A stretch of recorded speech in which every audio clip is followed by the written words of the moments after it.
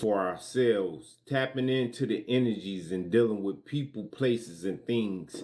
We absorb life and how life begins to shape and form us has a lot to do with how we pay attention to how things shift around us. We have to be more in control of the variables around us. So when we look throughout the channels of history, we find human beings finding ways to channel their energy, finding ways to dodge the struggles, and find ways to manage the inabilities of not being able to do or not having. See, out of the difficulties of life have come the greatest and the most complex systems of development. We look throughout the channels of history, we find human beings finding ways to channel their energy, finding ways to dodge the struggles, and find ways to manage the inabilities of not being able to do or not having. See, out of the difficulties of life have come the greatest and the most complex systems of development, because when you're challenged from being at the bottom, you can only see the greatness of and the struggles of acquiring a height. See, the first step is the awe when moving forward. A lot of people don't have the understanding of being in the position of the bottom, so they don't understand the appreciation of the heavens above or the heights. So it's only until you climb on a hill that you can observe the valley and see the things around you. So we have to look at life from a perspective aspect and also from a realistic aspect, because everything that we see is not useful material. So we blurred it out. Although it's always there. When that building get there? The building has always been there, but it's never been of interest to you, so you never observed it. So, energy, observing the narratives around you, the vibrations and the variables around you, and being able to collectively, mentally place these things around you so you can empower yourself. Wisdom comes from being able to take information of doing, happening, being, standing, formating, and formalizing a process of doing and happening. See, we have to use our ancestors' empirical knowledge on how to apply ourselves so we can escape the realms of stress. When you get the stress on you, you're not able to tap in. So when you get to looking in the Hebrew texts and all of these ancient texts and the medieval texts and these languages of these ancient people, they set back and used the energies and set in position. Buddha, this is Buddha's position. So the enlightened ones, when you go study the Hebrew text, and they said in here, they're harnessing their energy. So the flow of the Kundalini that I have here is the flow of the energy. We have to be in control of the energy that flows up and down our spinal cord, because this is where the energy is produced within a human being to be anything. So the fluids that are collected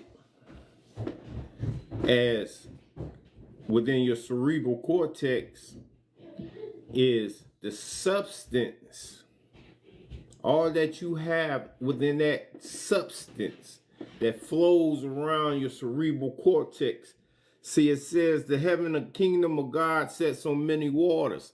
your brain sets on waters. So if you have this cerebral cortex, this fluid cleansed and pure, so they teach you purification, cleansing your cerebral mind, your third eye, cleansing yourself, because it allows your brain to set in the cleansed position and your mind is set in the cleansed, humbled position. It's not tainted by the realities of the difference.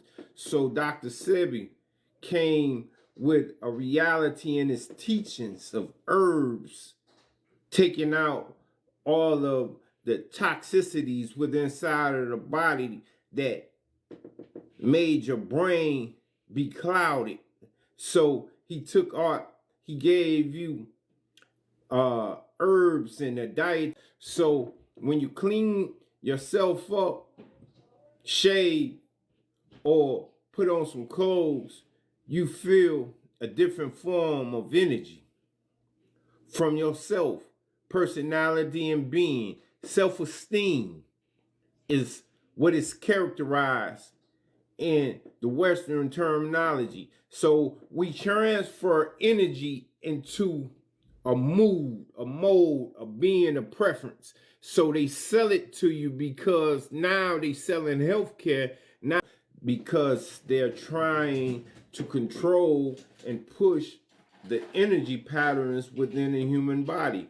See, the body control that the muscles that are filled with neurons and neurotic format, which is electricity and nerves, when it begins to fuse itself, you don't feel it with the visible eye, but this is a process that's happening. You got energy inside of you. So when it becomes clogged, when the energy within your arm becomes clogged, then you need somebody to push it forward to find a place for it to release. So the massages at the parlors or at these places should find places to push the energies within inside of your body, which push the stress away. Energy. Throughout history, we find patterns of those trying to control the solar vortex energy and harness it for the purposes of healing, the purpose of moving forward, building. The pyramids in Giza are built on solar vortex. Most of all of each and every one of the 9 wonders of the world are built on the solar vortex, from China to the Americas. Stonehenge is on a solar vortex. The Bermuda Triangle is a solar vortex where energy is harnessed and you feel it, and it's measured through magnetic force. So today Trump made an announcement that they're going to use energy to start controlling the new tractors and the different devices that we use in the public. As opposed to having hydraulic pumps, they're going to use magnetism to control the elevation and of all of these lift and equipment that is coming forward. How can they control the energy? That means if they can control the magnetism in an area, then that means that they have the ability to harness energy and use it as a force and use it as a tool.